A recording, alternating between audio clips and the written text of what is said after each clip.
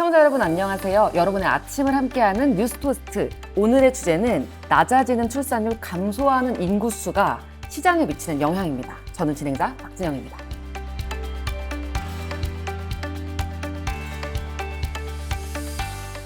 오늘 주제는 어피티 김정인 이사님 모시고 같이 이야기 나눠보겠습니다.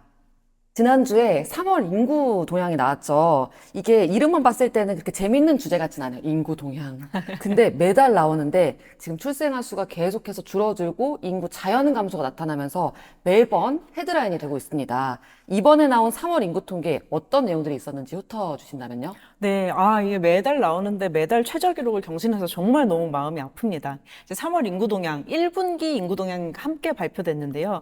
월별로도 분기별로도 또다시 이제 최저 기록을 세웠어요. 매번 나올 때마다 계속 경신, 내 기록을 내가 깨야 되는 그런 맞아요. 분위기예요. 이제 1분기 합계 출산율 처음으로 0.7명대로 떨어졌고요. 3월 출생아 수는 전년 동기 대비 처음으로 월에 2만 명이 안 됩니다. 근데 이제 새로 태어나는 숫자를 봤으니까 우리가 반대 숫자도 좀 봐야 될 텐데요. 1분기 사망자 수는 93,262명인데요. 이게 전년 동기 대비 5.2% 줄어들었는데도 3월 출생아 수보다 훨씬 많아요. 1분기 출생아 수보다도. 그래서 자연 감소하고 있습니다, 인구. 그렇죠. 그래서 지금 3월 출생아 수는 처음으로 월에 2만 명이 안 돼. 그러니까 3월 기준으로 네. 2만 명이 안 돼서 19,669명입니다. 뭔가 10,000명대로 돌아가니까 와 진짜 뭔가 어떤 거대 여기 하방 지지선이 깨졌다라는 느낌이 들 정도로 바닥이 없어요, 지금. 그렇죠. 바닥이 없는 상태고 여기서 더 내려갈 것 같다는 느낌이 든다는 게 무섭죠. 그래서 통계청도 나름대로 시나리오를 짜고 있어요. 계속 줄어드는데 그냥 지켜보고만 있는 게 아니고 현재 이제 유일하게 출생아 수가 사망자 수가 많은 시도가 이제 세종시인데 통계청의 이런 시나리오에 따르면 이 세종시도 20년 뒤에는 사망자 수가 더 많아질 거다. 이런 얘기를 했다고 하죠. 네, 이제 이번 보고서에 따르면 2045년부터 세종시를 포함해가지고 출생아 수보다 사망자 수가 더 많아서 다 자연 감소할 것이다. 이렇게 전망을 하는데 전 사실 좀 무서운 게요. 이게 이제 발표된 게 이렇고 사실 학계 내부에서는 이거보다 훨씬 더 나쁠 수 있는데 이렇게 발표하면 사람들이 다 너무 놀랄까봐 그나마 제일 좋은 시나리오를 내민 것일까봐 저 너무 걱정이 됩니다. 좋게 말한 건데 사실은 이제 예쁘게 최대한 걱정 덜하게끔 말을 하려고 한 건데 맞아요. 네. 근데도 다들 충격. 그러니까요. 계속 헤드라인이 이렇게 나오고 있죠. 사실 세종시가 이제 지금까지 유일하게 인구가 좀 자연 증가하는 희망의 땅. 지역이었는데 희망의 땅이었는데 이제 2045년 이후에는 세종시마저도 출생아 수보다 사망자 수가 많아질 것으로 예상이 된다는 거죠. 저는 여기서 궁금했던 게 세종시가 그래도 네. 유일하게 여기만 출생아 수가 많다는 거는 뭔가 환경적인 게 영향을 끼쳤다는 거잖아요. 그렇죠. 근데 여러 가지 영향을 끼친 게 있는데 사실 저는 이제 증명된 거를 조금 이야기를 해보자면 우리나라에서 이제 인구 좀 증가, 인구에 좀 영향을 미치는 게 두 개가 있어요. 특히 좀 유소년 인구에 영향을 미치는 게 학군하고요. 학군. 그리고 신혼부부가 신축 아파트에 얼마나 전세로 싸게 들어갈 수 있느냐인데 세종시가 아직은 그래도 좀 신도시잖아요. 비교적 신도시죠. 새로운 도시죠. 그래서 지금까지는 빈 집이 많이 세워졌고 빈 아파트가 세워졌고 여기 이제 사람 주변에 청주라든지 뭐 이런 도시에서 신혼부부들이 들어와서 저렴하게 살 수 있었기 때문에 아이들도 좀 낳고 그리고 이제 좀 신혼부부도 좀 많고 했는데 2045년쯤 되면 세종시를 새로운 도시라고 할 수가 없게 되죠. 어렵죠. 네. 20년 뒤니까. 그렇죠. 그래서 시나리오를 보면 출생아 수는요, 세종시가 고정이 되고요, 이제 정체 유지가 되고요, 사망자 수가 늘어납니다. 이제 똑같은 운명을 밟게 되는 거죠. 사실 출생아 수보다 사망자 수가 더 많아서 인구가 자연 감소, 반대로 자연 증가죠. 네네. 자연 증가에서 자연 감소로 돌아선 게 그렇게 오래되진 않았어요. 네. 저도 중간에 최초로 자연 감소, 뭐 이런 뉴스를 썼던 기억이 있어서 한 2020년대 초반, 몇 년 전, 얼마 전인데 이게 그렇게 꺾이고 나서 계속 이어지고 있어요. 네. 그쵸. 걷잡을 수가 없어요. 사실 골든 크로스가 있었다는 뜻이겠죠. 이렇게 저출생 고령화가 계속 이어지고 있는데 이렇게 인구가 계속 자연 감소가 이어지면 경제적으로는 어떤 영향이 있어요? 사실 가장 직접적으로는 이제 내수 시장이 굉장히 줄어듭니다. 그러면 두 가지 상반된 충격이 오는데요. 일자리가 줄어들어요. 근데 일할 사람이 없어요. 그래서 인건비와 물가가 동시에 비싸져요. 일자리가 줄어든다고요? 일자리가 줄어들어요. 근데 일할 사람도 적어요. 네네네. 그렇죠. 네. 그래서 되게 좀 재밌죠. 왜냐하면 이제 팔지 못하니까 기업이 망해서 기업이 이제 줄어들고요. 내수가 작아지니까 네. 뭔가 살 사람이 없어. 그러니까 이 네네. 물건 살 사람 자체가 없으니까 네. 사실 기업 입장에서는 그만큼 많이 생산할 필요가 없고 그러면 이제 일자리가 줄어들고 그렇죠. 근데 일할 사람도 당연히 줄어들죠. 그래서 두 개가 동시에 옵니다. 그래서 굉장히 좀 어려워져요. 좀 더 범위를 넓혀서 경제적인 충격에 대해서 좀 얘기를 해보자면 결국에는 생산 가능 인구에 대한 얘기예요. 피부양 인구는 늘어나는데 경제활동 인구가 줄어드는 거니까 지금 우리가 누리는 수준의 복지를 계속 누리고 싶으면 일하는 사람들은 정말 많이 오래 일하고 세금도 지금보다 훨씬 많이 내야 지금 누리는 것만큼 누릴 수 있습니다. 지금 피부양 인구, 그러니까 부양을 받는 사람이 네. 누리는 것만큼 우리 세대가 만약 예를 네, 들면 누리려면은 훨씬 더 많은 지원보다는 그걸 낼 사람 자체는 적으니까 더 네. 많은 부담을 해야 될 수 있다. 네, 더 많이 생산해야 합니다, 저희가. 그래서 실제로 이제 어떤 만평 그림 같은 걸 봐도 적은 수의 이제 아이들이 이만한 그 몇 조를 이렇게 감당해야 되는 그런 이미지들이 있더라고요. 그래서 이런 현상의 원인을 두고도 여러 가지 이유, 주장들이 나오고 있어요. 일단 전문가들 의견이 궁금한데 유독 한국에서 이 저출생이 심각한 이유가 뭐라고 짚고 있나요? 이제 저희가 하나 좀 짚고 우리가 전제로 좀 깔고 넘어가야 될 게 뭐냐면 이 저출생은요, 그러니까 합계 출산율 떨어지는 거는요, 어느 정도 경제 개발이 완료된 국가에서는 좀 세계적인 현상이에요. 그러니까 우리나라만 그런 게 아니라 다른 비슷한 국가들도 네네. 그리고 심지어 요새는 저개발 국가에서도 조금 이제 줄어들고 있어요. 물론 우리나라는 그 중에서도 가장 심각합니다. 근데 이제 두 개를 좀 나눠봐야 될 것 같아요. 먼저 세계적인 현상인 이유를 좀 보자면요. 자녀를 낳고 기르는데 점점 더 비용이 값비싸져요. 절대 비용에 기회 비용까지 계산하면 정말 어마어마하기 때문에 이제 인생 최고의 사치품이 되어 가거든요. 실제로 자녀 쓰는 양육이. 돈도 많이 들어가고 네. 그리고 기회비용, 내가 이제 이 아이를 기르면서 포기해야 되는 것들에 대한 기회비용 이것도 그쵸, 어마어마하다는 그쵸. 거죠. 네, 아이가 없어도 누릴 수 있는 게 너무 많아졌기 때문에. 근데 우리나라에서 특히 심한 이유가 있을 거 아니에요. 이거는 뭐냐 하면은 그럼에도 불구하고 내가 그 비용 다 지불하고 나는 임신과 출산과 양육을 하고 싶어라고 하시는 분들이 의지가 분명히 있는. 계시거든요. 근데 그분들이 그렇게 하기까지 허들이 너무 높아요. 이게 그런 결정을 한 순간부터 엄마가 포기해야 되는 건 진짜 2배가 되거든요. 성취해야 되는 것도 2배가 됩니다. 우리나라가 그런 압력이 특히 심해요. 엄마는 아이들한테 부족함 없이 최고의 사랑을 주어야 되는데 동시에 맞벌이는 또 필수야. 그런데 여기서도 이제 차별적인데 그 차별을 감수하고 그래 내가 직장에 돌아가려고 하면 이번에는 충분히 소득이 높고 고용이 안정적인 자리가 없어요. 커리어 절벽이 이제 생기는 거죠. 그럼 여기서 그러면 남성 배우자가 좀 더 협조적이 되면 되잖아. 남자들이 도와주면 되잖아. 라고 얘기를 하니까 또 다른 거대한 문제가 있죠. 진짜 오래된 문제인데 우리나라 장시간 근로문화 너무 심해가지고 도저히 부부 중 한 명이 회사에서 거의 인생을 갈아서 바치지 않으면 제대로 된 소득을 올릴 수가 없어요. 그래서 모두에게 좀 임추력에 대한 의욕을 좀 꺾는 환경이다. 이렇게 정리가 됩니다. 그래서 이런 모든 환경들을 다 뚫어내고 내가 자녀도 이제 잘 기르고 일도 잘하고 돈도 잘 벌고 이런 약간 슈퍼우먼 같은 존재가 되지 않으면 내가 약소하게 이렇게 내가 원하는 삶을 살면서도 누리면서도 이 아이와 함께 살 수 있는 걸 그리기가 어려워요. 네네. 슈퍼우먼이 돼야 돼. 네. 그런 생각이 드는 거죠. 대충 살자. 대충 살 수 없어. 아무도 그쵸, 대충 살 수 그쵸. 없어. 거의 이렇게 되는 거죠. 그리고 나만의 문제가 아니라 한 존재의 네, 책임에 네. 대한 문제가 되기 맞아요. 때문에 그래서 어피티에서도 이 설문조사가 있었어요. 925명 대상 거의 1000명 가까이 저희가 이제 설문조사를 받았는데 주로 이분들이 MZ 직장인 여성분들이었어요. 굉장히 임출육이라는 주제에서 나의 당사자가 될 수 있는 분들, 그런 분들에게도 여쭤봤더니 출산율 감소에 대해서는 대다수가 심각한 문제라고 인식을 하고 있지만 또 과반 이상이 나는 근데 자녀 계획이 없다라고 답을 했어요. 굉장히 좀 이 주제와 딱 맞는 설문인데 어떤 내용들이 나왔는지 간략하게 말씀해 주시죠. 네, 자녀 계획이 없다. 자녀 계획이 없다는 그 이유가 뭐냐 이렇게 저희가 여쭤봤었잖아요. 근데 그 응답을 보면 제가 위에서 말씀드린 이유가 굉장히 잘 나타나 있어요. 일단 1위, 자유로운 생활을 원한다가 23.5%. 기회비용을 그럼 말하는 거네요. 네, 이 기회비용을 나는 지불하고 싶지 않다. 그리고 이제 두 번째가 17.5%인데 육아에 대한 확신이 없다. 그러니까 아예 시작을 하지 말자. 나 진짜 너무 잘해주고 싶은데 완벽하게 못할 것 같아.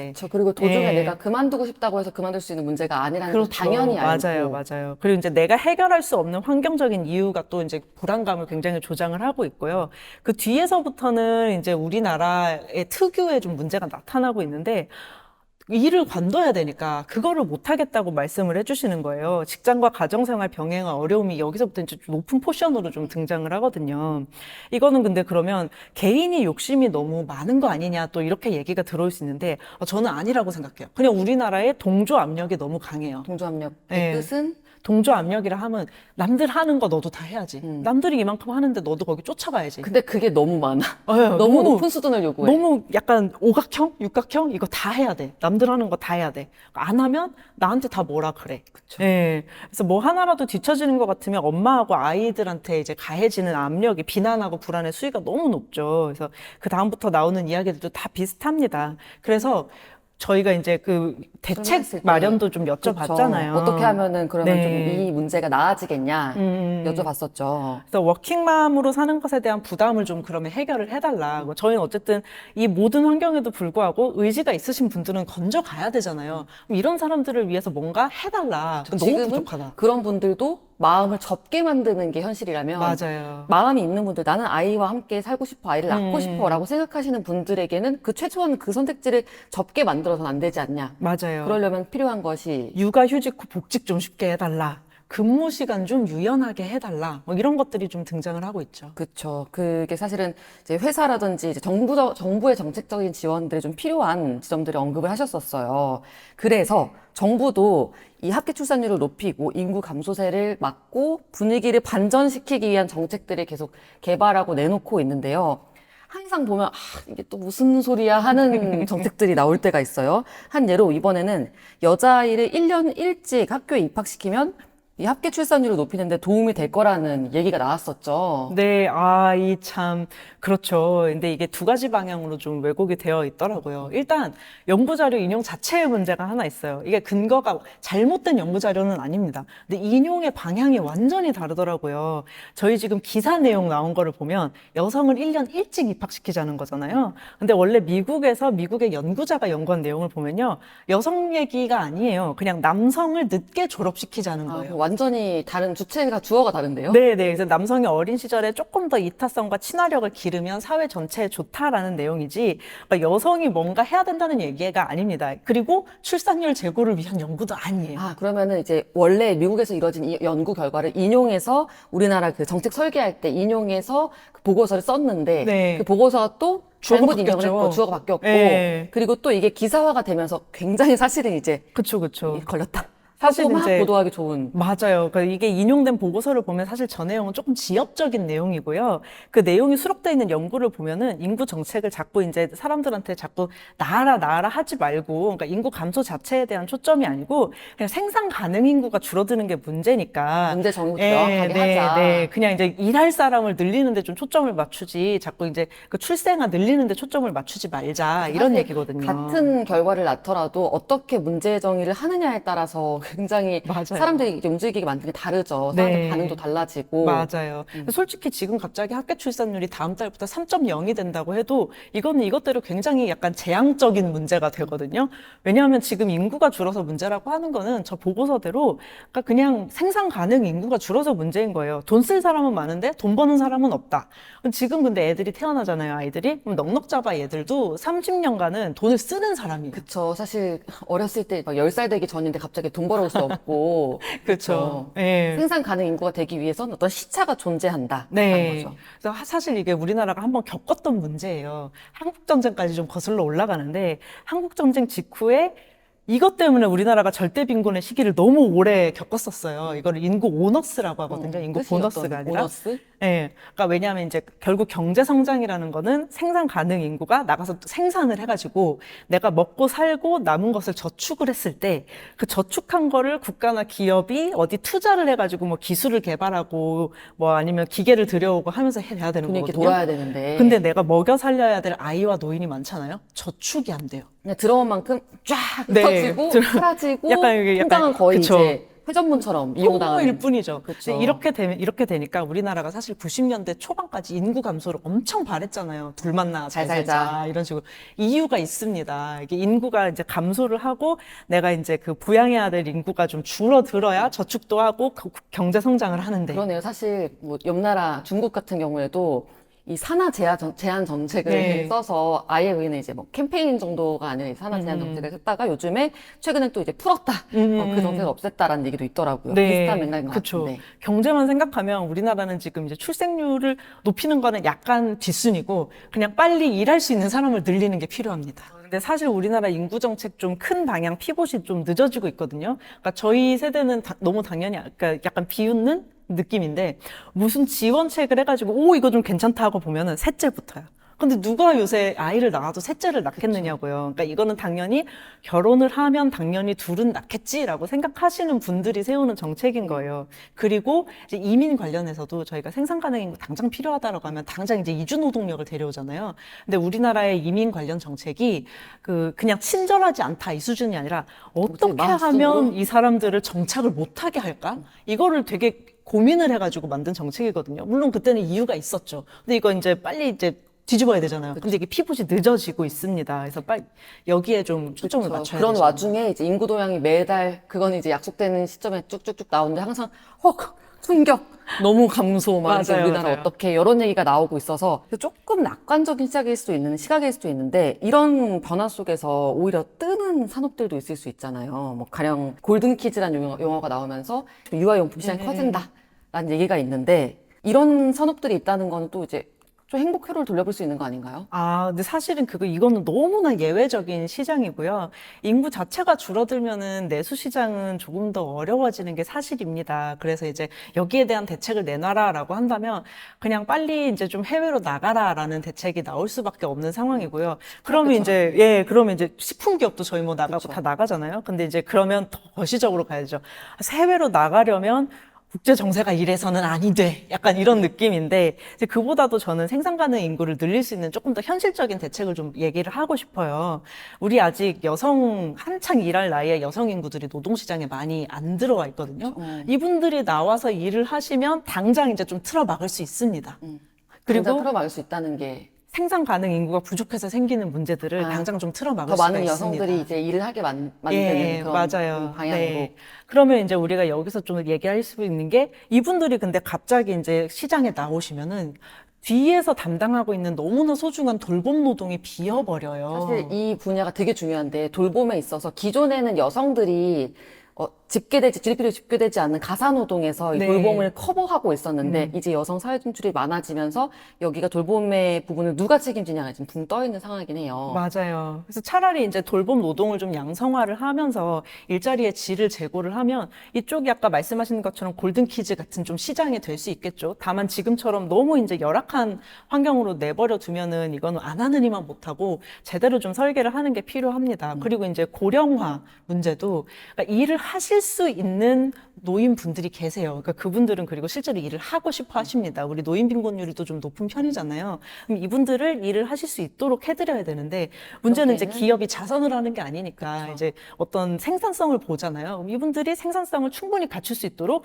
재교육을 시켜드려야 되는데 거기에 대한 얘기는 거의 나오고 있지가 않습니다. 사실 이제 뛰게 만든다는 건데 생산 가능 인구 중 한 명으로서 다시 뛰게 만드는 건데 그러려면은 옆에서 페이스메이커처럼 해주는 게 또 필요하긴 하거든요. 그게 네. 이제 재교육이라는 것이고. 맞습니다. 사실 이거는 지금 당장 우리 지금 당장의 노인분들한테만 해당이 되는 게 아니라 저희한테도 해당이 되는 문제예요. 그러니까 중학교 이상 교육이 보편화된 1970년대부터 생각을 하면, 그러니까 지금 저희 부모님 세대부터 생각을 하면요. 이분들은 재교육 시키면은 당연히 일하실 수 있어요. 저희도 영원히 20대, 30대일 건 아니잖아요. 저희도 이제 50대, 60대가 되면 너무 당연하게 재교육 받아서 계속 노동시장에 참여해야 되는 운명을 가지고 있다. 어떻게 보면 네. 이제 현재 저희 부모님 세대를 보면서 우리에게 정해진 미래를 우리에게도 지금 선례가 될 수 있는 상황이기 때문에 좀 주목을 해야 되는 재교육도. 네. 그렇죠? 지금 당장 좀 체계를 갖추는 것이 필요합니다. 네. 사실 정부에게도 한번 이런 방식으로 했으면 좋겠다라고 말씀드리고 싶은 건 목적이 생산 가능 인구를 늘리는 거라면 지금 이렇게 너무 느리게 의사결정하고 중간에 이상한 말 나와가지고 또 여론 이상하게 만들고 하지 말고 정책 피봇 잘 의사 수렴해서 네, 빨리 해주세요. 그래서 낳고 싶은 사람에게는 최소한 낳을 수 있게끔 만들어줘야 된다라는 그런 생각이 드는 주제였습니다. 네, 두 번째 뉴스 토픽으로 이어가겠습니다. 지난해 매출 3조 6천억 원을 기록한 CJ 올리브영 소식인데요. 코로나 때 화장품 업계가 많이 안 좋았었잖아요. 이 근데 오히려 이 팬데믹 시점을 계기로 올리브영 독주 체제, 올리브영이 1등으로 달려가는 그런 분위기가 굉장히 굳어져 가고 있다고 해요. 어느 정도로 잘 나가길래 이런 얘기가 나오는 건가요? CJ 올리브영 지난해 매출액이요. 3조 8천억 원이 넘었습니다. 약 거의 4조 원 정도 이제 아. 육박을 했는데요. 거의 4조 원. 네, 거의 4조 원. 근데 이게 정말 의미 있는 숫자인 게 뭐냐면 국내 화장품 업계 부동의 1위였던 이제 아모레퍼시픽, 옛날 태평양, 그리고 이제 LG 생활 건강을 제치고 사상 처음으로 매출 1위를 차지한 거예요. 사실 그 두 곳이 진짜 화장품 업계 하면은 항상 LG생건에서 네네. 뷰티부문, 그리고 아모레퍼시픽이 그냥 압도적으로 전통 강자였었어요. 그쵸? 네네. 근데 제쳤다. 근데 제쳤습니다. 그리고 또 이게 소프트 파워도 있어요. 그냥 이제 물리적으로 화장품을 샀다 이게 아니라 한류 열풍의 중심지로 좀 기능을 하고 있는데요. 해외 입국자가 늘잖아요. 그러면 올리브영 외국인 매출이 늘어요. 일단 오면은 무조건 한국 갑니다. 오면은 가야 되는 성지다. 네. 이렇게 얘기할 수 있겠네요. 그리고 저도 기억이 나는 게 올리브영 처음에 들어왔을 때 이 드러그스토어 H&B 스토어라고 했는데 이때 같이 등장했던 게 뭐 왓슨스, 랄라블라 이런 것들이 있었어요. 차근차근 등장을 했죠. 근데 지금은 다 코로나 때 싹 썰물처럼 사라지고 네. 올리브영만 남았다. 그리고 올리브영이 이렇게 우리나라에서 너무 강자다 보니까 이 독주 체제가 너무 굳건하니까 글로벌 화장품 편집숍 세포라, 저도 항상 뭐 가면은 무조건 세포라는 들리잖아요. 그래서 네. 근데 우리나라에 와서 막 반겼었는데 한국 사업 접기로 했습니다. 이러고 이제 백기를 들었어요. 생각보다 그 진짜 빨리 나가더라고요. 2019년 10월에 강남 매장에서부터 시작을 했는데 6개의 신규 매장 열고 이제 바로 이제 나갑니다. 그쵸. 네. 실적이 좀 안 좋았더라고요, 5년간. 2022년 기준으로 보자면 연간 매출은 136억 원이었고요. 영업 손실이 났어요. 176억 원 정도 났는데 팬데믹으로 이제 명예로운 죽음. 그럼요. 아, 사실 너무 저는 시점 보고 너무 안타까웠던 게 2019년 10월에 강남 매장으로 시작했다고? 내가 그 5개월 뒤에 무슨 뉴스 나온지 알고 있는데. 예. 왜냐면 제가 그 정확하게 기억하는 게 2020년 3월 며칠 날에 그 증시가 하루만에 5% 떨어져서 그날 네. 제 아침에 눈 뜨면서 우리나라 망했다. 이러고 눈을 떠서 기억하거든요. 그때가 매수 기회예요. 와, 그쵸. 그 사실 돌이켜보면 그랬었는데, 그쵸? 그 세포라가 19년 10월에 들어와서, 아, 한국 시장 아닌 듯 하고 나갔는데, 사실 조금 안타까운 면이 있어요. 아, 저도 정말 기억하는데 주변에 이제 화장품을 되게 좋아하시는 분들이 계셔가지고 세포라 처음 런칭된다고 하니까 갑자기 이제 눈이 약간 맑은 눈의 어떤 광인이 되셔가지고 가야 한다. 이것은 가야 한다. 그러고 갔는데 따라갔거든요. 근데 생각보다 별로였어요. 왜냐하면 처음 런칭에 이제 조금 좋은 화장품들을 한 자리에서 만날 수 있다는 기대가 컸었는데 생각보다 그게 차별화 포인트가 안 되더라고요. 왜냐하면 백화점 가는 게 조금 맞아요. 더 고객 경험이 좀 좋더라고요. 또 우리나라 그, 워낙에 화장품 다양하게 잘 만들잖아요. 그래서 이렇게 굳건한 시장 점유율 높은 상태면은 공정위가 가만히 있잖아요. 공정거래위원회가, 독과점? 독과점? 너네 뭐 잘못하는 거 없어? 약간 이렇게 주시할 것 같은 상황인데요. 네, 맞아요. 실제로 지난해 올리브영이 독점 기업인가 아닌가를 두고 좀 이슈가 있었어요. 과징금까지 갔는데, 근데 이제 올리브영이 진짜로 시장 지배적 사업자로 판단이 되면은 이 과징금이 6천억 원에 달하는 거를 좀 맞을 굉장히 수가 큰. 있었거든요. 근데 사실 화장품 유통시장이요. 우리나라에서 전통적으로 레드오션이에요. 제가 뭐 썰을 풀 수도 있지만 안 풀고 넘어가도록 하겠습니다. 그것도 어쨌든 굉장히 경쟁 구도가 강하기 때문에 야, 얘들이 아무리 잘해도 이거 언제든지 흔들릴 수 있는 지위다. 그러니까 여기 그 지배적 사업자까지는 아니다. 이렇게 좀 그러네요. 봐준 것 같아요. 사실 생각해보면 아모레퍼시픽하고 그때 이제 LG생건 뷰티 사업 부문이 잡고 있을 때도 어쨌든 여기는 경쟁이 워낙 자주 일어나고 또 바뀌고 제쳐지고 하니까 지금 이 사진 찍은 것처럼 봤을 때는 올리브영 독주 체제 같지만 또 이게 엄청나게 빨리 바뀔 수도 어떻게 있다. 될지 모르죠. 그런 판이다. 네. 공정위도 그런 걸 감안해서 독과점 기업인 건 아니라고 본 거죠. 그래서 과징금이 네, 많이 줄었습니다. 네, 그리고 실제로 벌였던 약간 불법적인 행위들이 있기는 했었어요. 그러니까 납품업체에 조금 이제 갑질, 뭐 이런 게, 독점 행사 갑질 이런 게 있었는데, 여기에 대해서만 이제 대규모 유통업법 위반으로 판단을 하고, 과징금 한 19억 원 정도, 6천억 원에 비하면 뭐 거저죠. 엄청 많이 뭐. 줄어든 네, 네. 건데요. 네. 그래서 영원한 1위는 없는 시장인데 근데 올리브영이 이렇게 잘 나가는 이유는 뭐라고 볼 수 있나요? 제 생각에는 뭐 기사들도 그렇고 이제 전문가들이 얘기하는 것도 그렇고 올리브영은 콘텐츠, 그러니까 그냥 이제 세일즈가 아니라 콘텐츠로 만드는 거에 좀 성공을 한 것 같아요. 특히 큐레이션이 굉장히 잘 돼 있습니다. 사실 세포라도 우리가 좀 안 좋은 이야기를 했지만 사실은 비슷한 강점을 가지고 있을 것 같은데 세포라 측은 좀 더 이제 보증된 명품 큐레이션이라면 올리브영을 가면요. 그러니까 보시면 아시겠지만 계속 새 브랜드가 들어와요. 맞아요. 근데 그 브랜드를 내가 믿을 수 있어요. 약간 믿음이 가고 써보고 싶어요. 근데 명품보다 저렴한데 되게 좀 고급스럽게 그렇죠. 느껴지는. 그리고 트렌드를 네. 빨리빨리 읽어내고 네네. 생각해보면은 이제 예를 들면 클리오 정도면 거의 고인물이에요. 네, 올리브영에서는. 맞아요. 예전에 막 3C 어. 이런 화장품 브랜드도 이제 여기가 올리브영이 입점했는데 지금 거의 고인물. 항상 이런 발굴을 하는 것 같더라고요. 새로운 중소기업 맞아요. 제품들을. 그래서 일종의 이제 콘텐츠화도 됐지만 플랫폼도 됐죠. 제품들이 들어왔다가 충분히 매출이 나면 또 독립해가지고 커지고 온라인에서 좀 팔고 이런 식으로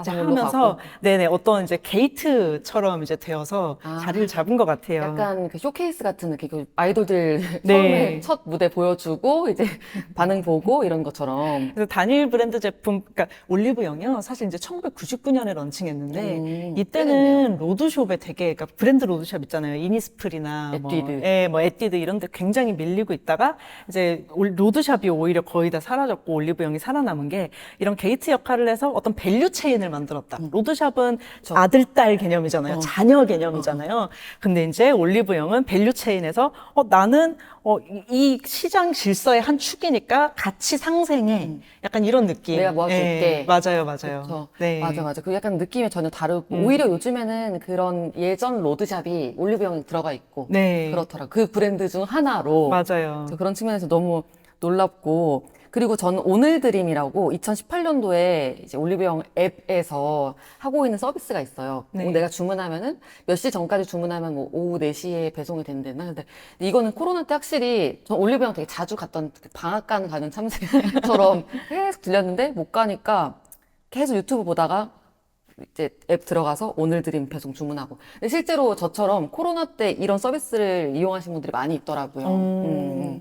그래서 코로나의 어려운 화장품 업계는 어려운 시기도 이제 겪어낼 수 있었다고요. 그렇다면 이렇게 잘 나가는 올리브영인데 혹시 상장 계획 없나요?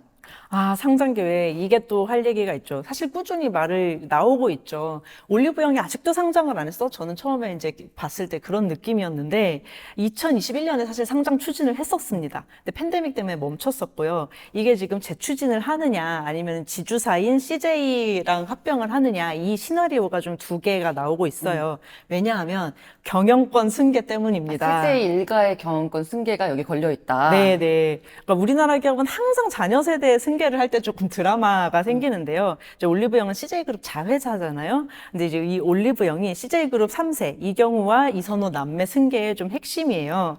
그러니까 이선호 CJ 제일제당 부장이 CJ 올리브영 대주주거든요. 요주제가 조금 복잡한데 사실 말로 설명하면 굉장히 좀 길어질 수가 있어가지고 핵심, 그러니까 말씀 주신 거는 CJ 올리브영의 상장이 저는 단순히 기업 상장의 측면에서만 중요하다 생각했는데 그게 아니라 지배구조, 네네. 경영권 승계 문제가 있다라는 맞습니다. 거죠. 왜냐하면 결국 경영권을 승계를 하려면 지주사 지분을 확보를 해야 되거든요. 그러면은 이제 지분을 확보하려면 내가 돈이 필요해요. 근데 이 돈을 어떻게 얻느냐? 올리브영을 상장시키면서 주식을 팔아가지고 그 돈으로 이제 지주사 지분을 사려고 했거든요. 근데 올리브영이 갑자기 기업 가치가 확 뛰면서 안 팔아도 충분히 돈이 들어오겠는데 그리고 이제 올리브영하고 지주사 지분을 확보해도 원래는 이제 인수합병할 때 가치가 똑같지가 않잖아요. 그러니까 너무 손해보고 들어갈 거였는데 손해를 좀 덜 봐도 되겠는데 그냥 합병할까? 이렇게 되는 거죠. 사실 재밌는 게 저는 이제 소비자로서 올리브영에서 뭔가를 사는 화장품 사는 1인인데 지금 지주사 지분을 사는 얘기가 왔다 갔다 하는 거네요. 그래서 상장 굉장히 좀 흥미로운 소비자 관점에서 봤다가 또 투자자 관점에서 보면은 이런 이슈들이 있다. 라는 것을 짚어주는 얘기였습니다. 사실 한 가지 좀 짚어드리면은 만약에 올리브영 상장한다면 올리브영 많이 소비하시는 소비자분들은 저는 공모주청약 한번 해보셨으면 좋겠어요. 한 주라도. 왜냐면 내가 많이 소비하는 회사의 그 주식을 샀을 때 또 투자자로서 달리 보이는 것들이 있거든요. 그리고 뭐랄까 투자 신고서, 뭐 증권 신고서 같은 것들도 내 눈으로 보면 잘 읽혀요. 맞아요. 저 사실 이 얘기하면서 약간 이제 혼자서 배신감을 조금 느꼈거든요. 나한테 너무 친근한 건데, 대주주, 지주사, 승계 이러니까 약간 배신감을 느끼려고 하다가, 투자자로서 생각을 해보니까 괜찮겠는데? 주주총회 가자. 주주총회 가자. 갑시다. 우리 반대 한 표라도 행사하고 오자라는 생각이 들면서 네, 이해관계가 네. 바뀌니까 마음을 좀 달래야겠습니다. 네, 꿀팁입니다. 마지막 세 번째 뉴스 토픽입니다. 비만 치료제 위고비에 대한 뉴스인데요. 우리나라 소비자들에게는 아직은 낯설지만 미국과 영국에서는 지금 기적의 비만약이라고 불릴 정도로 굉장히 큰 기대를 받고 있는 약품이에요. 그리고 테슬라 CEO 일론 머스크, 항상 좀 화제가 되는 그분도 건강의 비결이 뭐냐? 단식과 위고비. 이렇게 답해서 화제가 됐었더라고요. 트위터에서 그렇게 했대요. 근데 아직 낯선 분들 많으실 텐데 간략하게 위고비에 대해서 설명을 해주시죠. 네, 위고비는 이제 노보 노디스크라는 회사에서 덴마크 회사입니다. 여기서 이제 개발한 체중 감량을 위한 주사제인데요. 원래 당뇨병 치료제인 오젬픽으로 먼저 개발이 됐는데 이 핵심 성분이 같아요. 세마글루타이드 성분이라는 게 결국 이제 식욕 억제 효과가 조금 있고 포만감을 좀 증가시켜서 체중 감소를 돕는다고 합니다. 아, 이게 당뇨 치료제로 먼저 승인이 받았는데, 예상치 못한 어떤 네. 효과로 비만 치료에 효과가 있었다. 네. 그래서 위고비 사용한 환자들이 평균적으로 체중 한 15% 감량을 했다고 하더라고요. 상당히 감량을 상당히 했네요. 그래서 이게 지금 굉장히 화제가 되고 있고, 시가총액도 엄청나다고 하죠. 유럽 전체에서 시가총액 1위가 됐더라고요.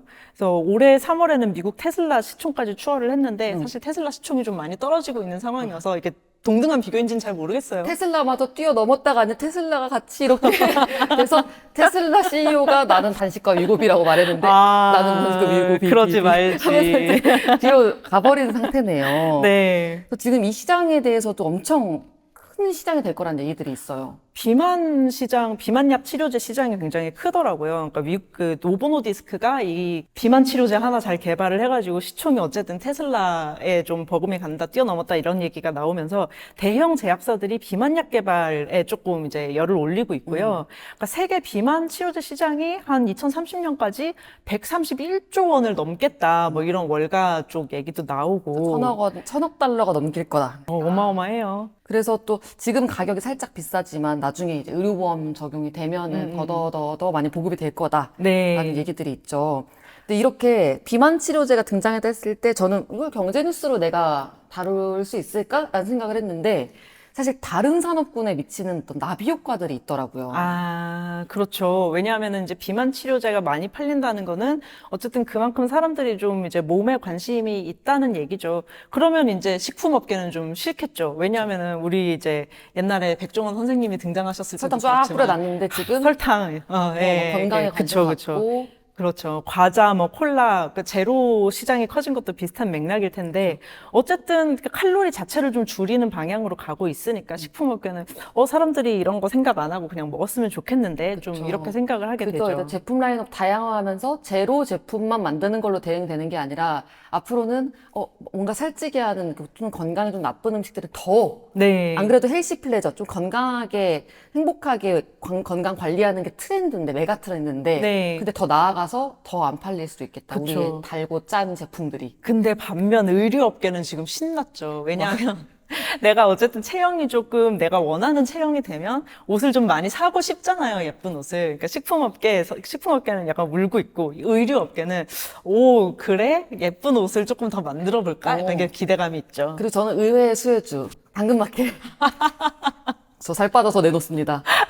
그런 게 이제 머릿속에 상품이 그려지네요. 좀 다양화가 된다. 그쵸. 검색 기능 더 잘 해주셔야겠네요. 그러네요. 당근마켓. 그렇죠. 그리고 또 좀 재밌는 기사를 본 게 항공업계에서도 이제 비만약으로 뭔가 이제 사실 연료비하고 굉장히 직결되거든요. 사람들의 체중을 최근에 이제 항공사에서 승객들의 체중을 잰다라고 해서 난리가 난 적이 있는데 맥락을 보니까 여기에 타는 사람들의 체중과 화물 그런 무게에 따라서 네. 연료비가 달라지기 때문인데 사람들의 몸 무게가 줄어들면 연료비를 적게 쓸 수도 있다. 맞아요. 라고 언급되기도 했어요. 근데 저는 약간 재밌는 게, 그래서 이거 관련해서 자료를 찾으면은 이런 산업계가 좀 영향을 받을 거다, 이런 거다, 자료 나오는 게 다 미국발이에요. 그쵸. 미국이 비만이 세계에서 가장 심각하거든요. 그래서, 미국, 우리나라는 얼마나 이제 그 정도일지는 잘 모르겠어요. 그렇죠. 맞아요. 약간 영국에서 시작된 실험처럼 그렇죠. 미국에서의 연구 결과가 굉장히 많이 있더라고요. 그리고 또 근데 이렇게 업계 측면에서 말고 좀 경제 측면에서의 어떤 영향력이 있다면요?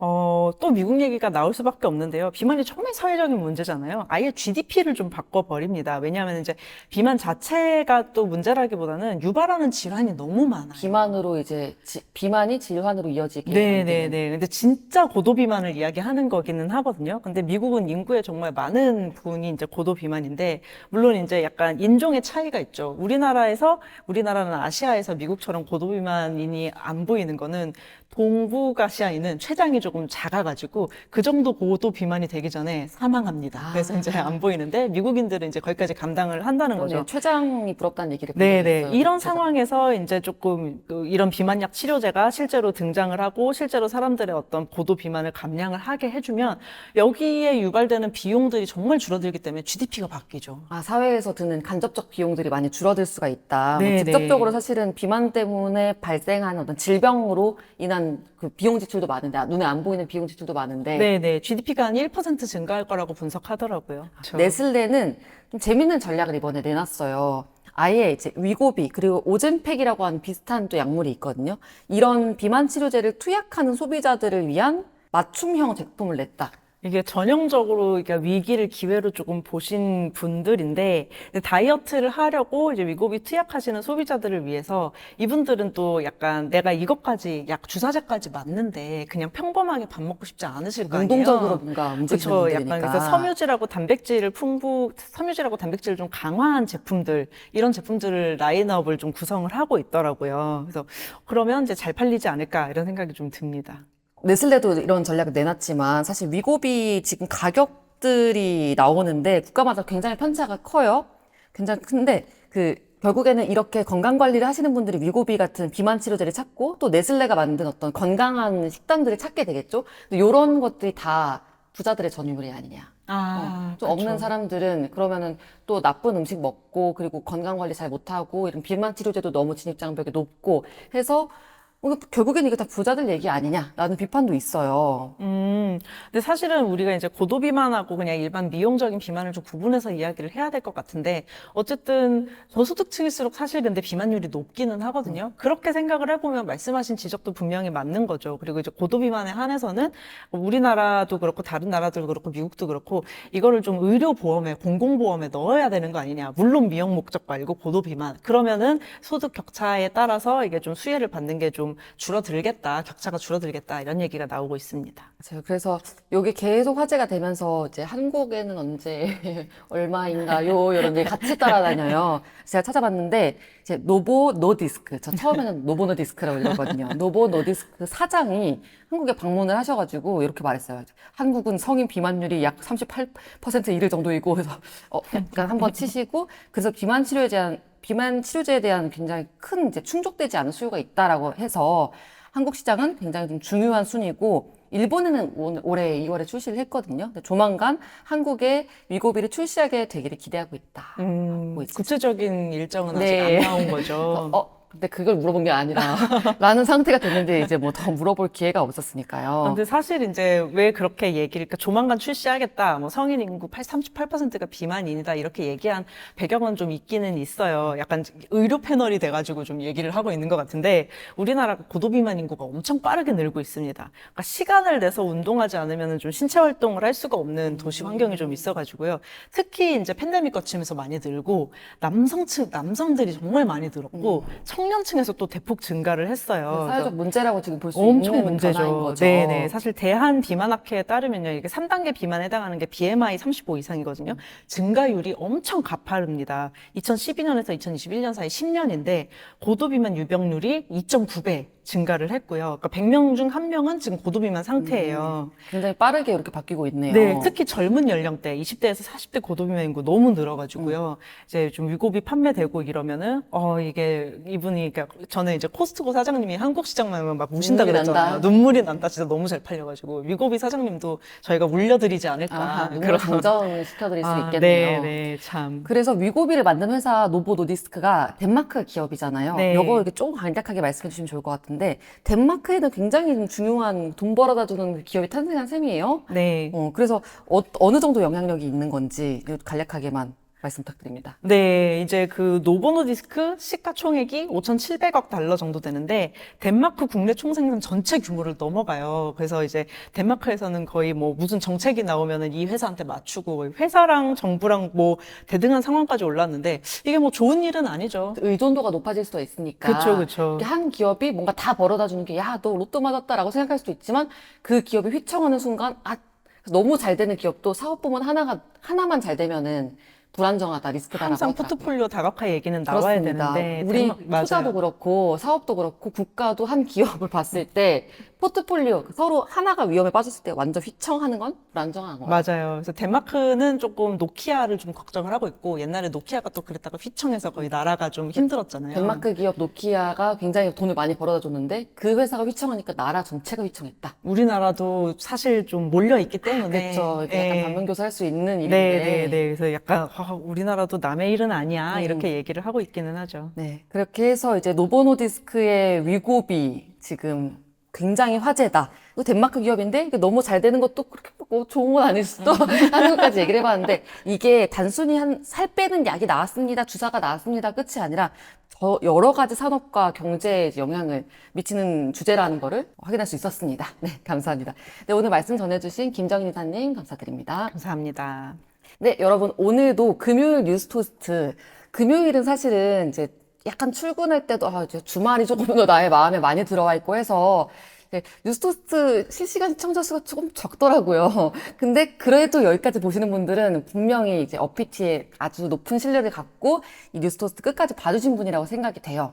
금요일에는 저희가 조금 더 여러분들에게 실생활에 좀 유용한 뉴스들이나 아니면 이런 약간 알쓸신잡 또는 회사에서 얘기 나오는 게 좋은 주제들 잘 선별해서 알려드릴 테니까요. 금요일에도 여러분 오늘처럼 아침 시작을 어피티와 함께 해주시길 부탁드리겠습니다. 네, 그러면 오늘 뉴스토스트 여기까지 진행을 하고요. 저희는 매주 수요일과 금요일 아침 7시 30분 여러분들 출근길 함께하는 뉴스토스트로 찾아가도록 하겠습니다. 감사합니다.